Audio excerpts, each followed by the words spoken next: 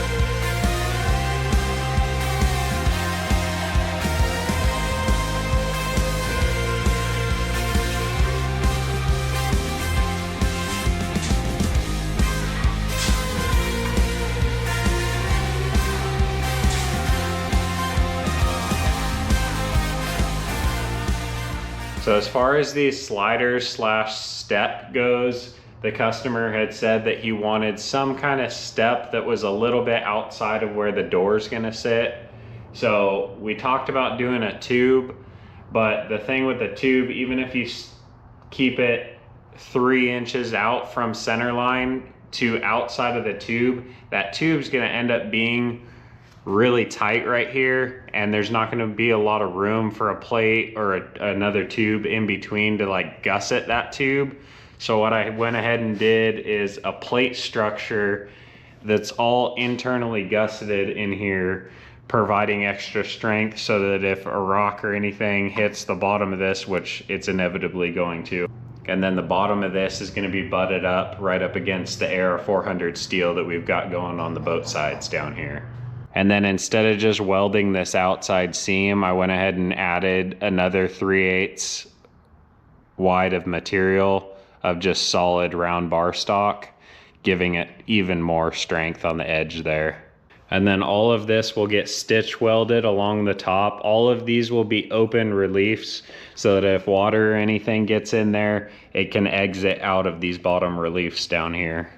Moving on to the tool tray back here, we went ahead and did, like we talked about, just a 3-sided box, and then he uses some like motorcycle straps to strap down his bags for tools or whatever else he carries in here. Where I left off in the last video, I got the new -16 bung welded on the water pump up here, and then we got the new thermostat housing with a -16 as well.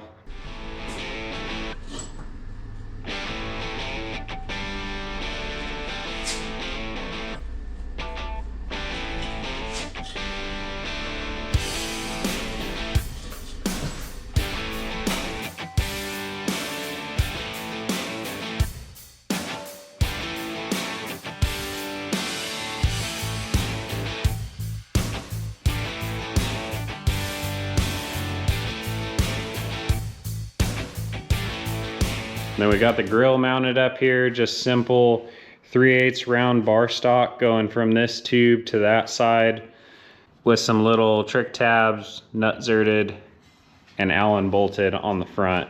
And then they are Allen bolted down there at the bottom as well. Then usually on all the tubes, I do these round little just cone caps, but up front and in the rear, I did these like kind of teardrop style caps. I think it's a super stylish way of doing a cap rather than just being the circle. It's a good way to kind of gusset these two tubes together while adding some style at the same time.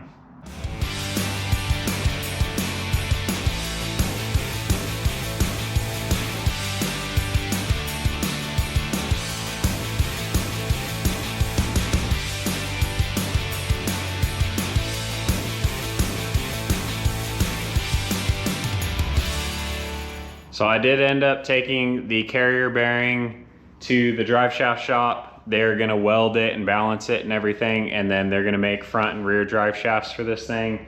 So as soon as I get the new links made, we'll get the axles back under it, get the drive shafts put in, and we'll be on our way.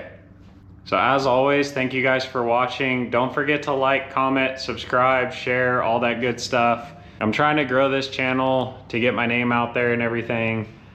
I'm trying to get better at videos as I go, so all your guys' feedback and everything, sharing, all that kind of stuff is much appreciated. So keep it classy, and I'll see you guys next week.